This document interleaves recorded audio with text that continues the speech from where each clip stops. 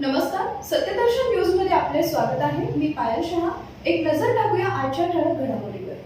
संगीता तिवारी यांचा रुपाली चाकणकर यांच्यावर गंभीर आरोप। अशोक खरात प्रकरणात राष्ट्रवादी अजित पवार गटाच्या नेत्या रुपाली चाकणकर या चांगल्याच चर्चेत आल्या होत्या। त्यांना या प्रकरणानंतर राज्य महिला आयोगाच्या अध्यक्षपदाचा राजीनामा देखील द्यावा लागला। दरम्यान त्यानंतर आता अशोक खरात प्रकरणावर बोलताना काँग्रेसच्या कार्यकर्त्या संगीता तिवारी यांनी रुपाली चाकणकर यांच्यावर गंभीर आरोप केलेत। रुपाली चाकणकर बाईकडे इतर नेत्यांचे व्हिडिओ आहेत, त्यामुळे ते व्हिडिओ बाहेर येऊ नये म्हणून या बाईला आता क्लीन चिट देण्याचा प्रयत्न होतोय।